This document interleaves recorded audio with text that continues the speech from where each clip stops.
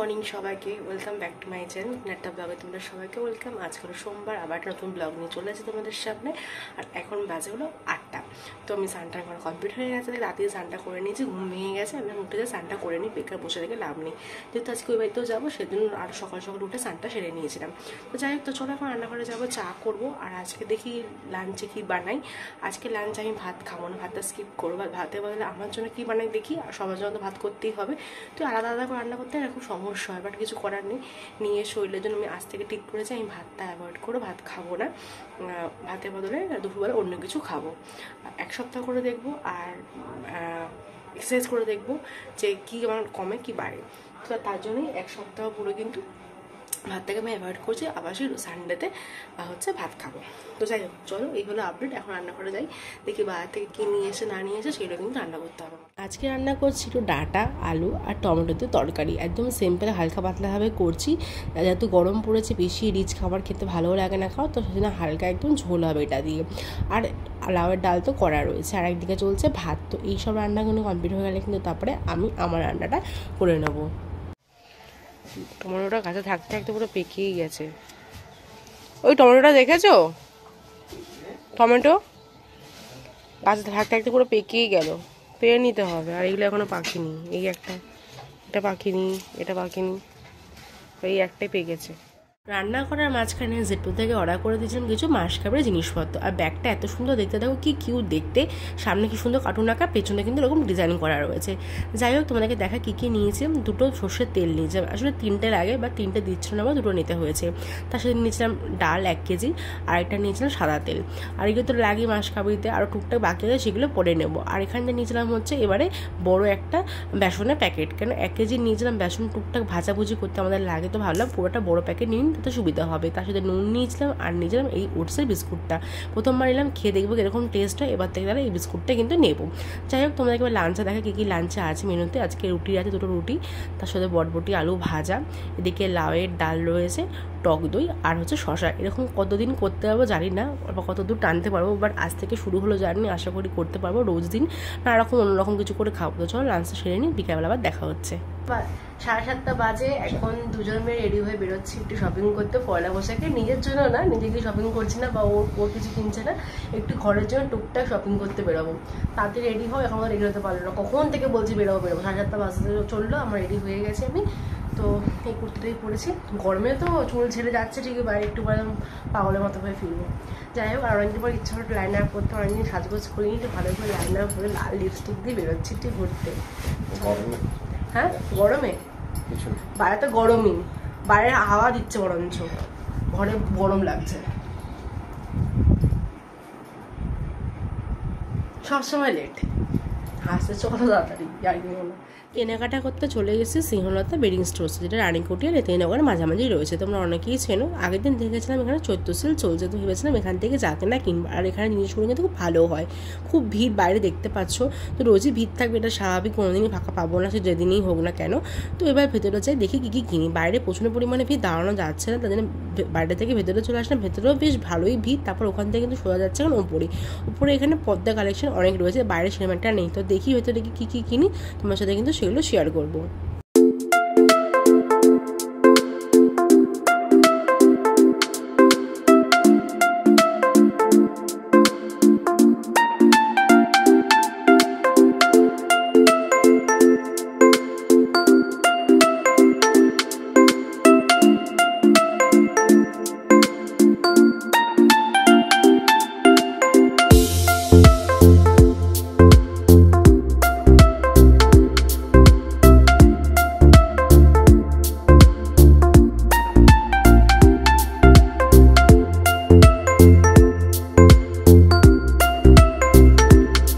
ওদিকে শপিং করা কমপ্লিট, আর বাড়ি ফেরার সময় খুব খিদে পেয়ে গেছিলো। তো রাস্তাতে তেলে ভাজা কিছু খাবো না, তো ভাবলাম কী খাওয়া যায়, তো ফুচকা খেতে পারি।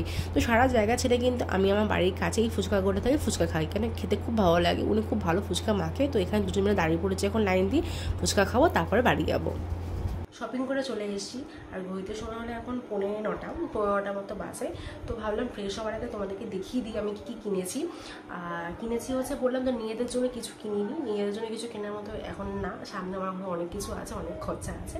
তো নিজেদের মতো কিছু পয়লা বৈশাখে কোথাও যাইও না, আর সেরকম কেনার মতো কিছু নেই। নতুন জামা মানে পরে রয়েছে ঘরে, যেগুলো এখন পরাই হয়নি। তো সেরকম নিজেদের জন্য কিছু কিনিনি। কিনেছি হচ্ছে স্নেহলতা থেকে, এটা খুব ফেমাস দোকান, তোমরা জানো। ওখান থেকে কিনেছি হচ্ছে পর্দা, যেটা লাগাবো হচ্ছে আমাদের হলরুমে। আমাদের হলরুমটা তোমাদেরকে দেখিয়েছিলাম, নতুন যে হলরুমটা হয়েছে ওখানের জন্য এই পর্দাটা কিনেছি।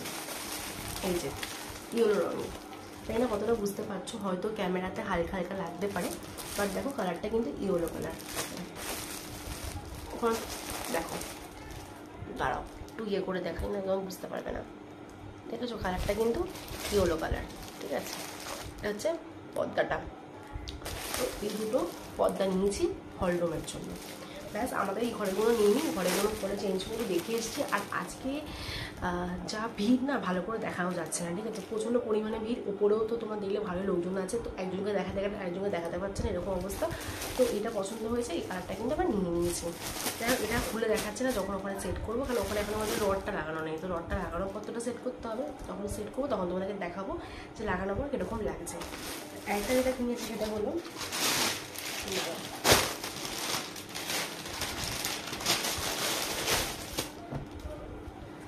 Pillow cover. এই যে, সরি ভুল ধরেছিলাম আমি, এই কালারে একদম মানে বড়, দেখতে পাচ্ছ অনেকটাই বড়, এরকম বড় কিনেছি পিলো কভার। 4টে কিনেছি, এটা এইরকম 4টে আছে। এগুলো আর খুলছি না, খুললে আমাকে ভাঁজ করতে হবে। তো এই সাদা কালার নেবো না ভাবি, বা সাদা রঙ দেখলে এত ভালো লাগে আর নিতে ইচ্ছা করে, জানি ময়লা হয়ে যায়, বাট ঠিক আছে, ভালো লাগছে দেখতে। আর সব না পিঙ্ক কালার, রেড কালার এগুলো আমরা ইউজ করেছি, তো ভালো ওরা না, এটা চোখে লেগে গেছে ওর, আমি ঠিক আছে নিয়ে নাও। তো এগুলো নিয়েছি এসব, কিন্তু ওখানে ওই সেনতাতে চলছে সেল, কদিন তো যেন পয়লা বসে, এখন তো সেল মোটামুটি চলবে, তাও মোটামুটি ভালো দাম নিয়ে সেলে, এমন কিছু কম দাম নেয়নি। যাই হোক, তো এগুলো কিনেছি, বেশ সফট কাপড়টা ভালো, ঠিক আছে? তো কাপড়টা পছন্দ হয়েছে, তোমরা কমেন্টে জানিও আমাদের এই ছোটো দুটো শপিং কীরকম লাগলো। তো যাই হোক, এই একটা এরকম দেখতে।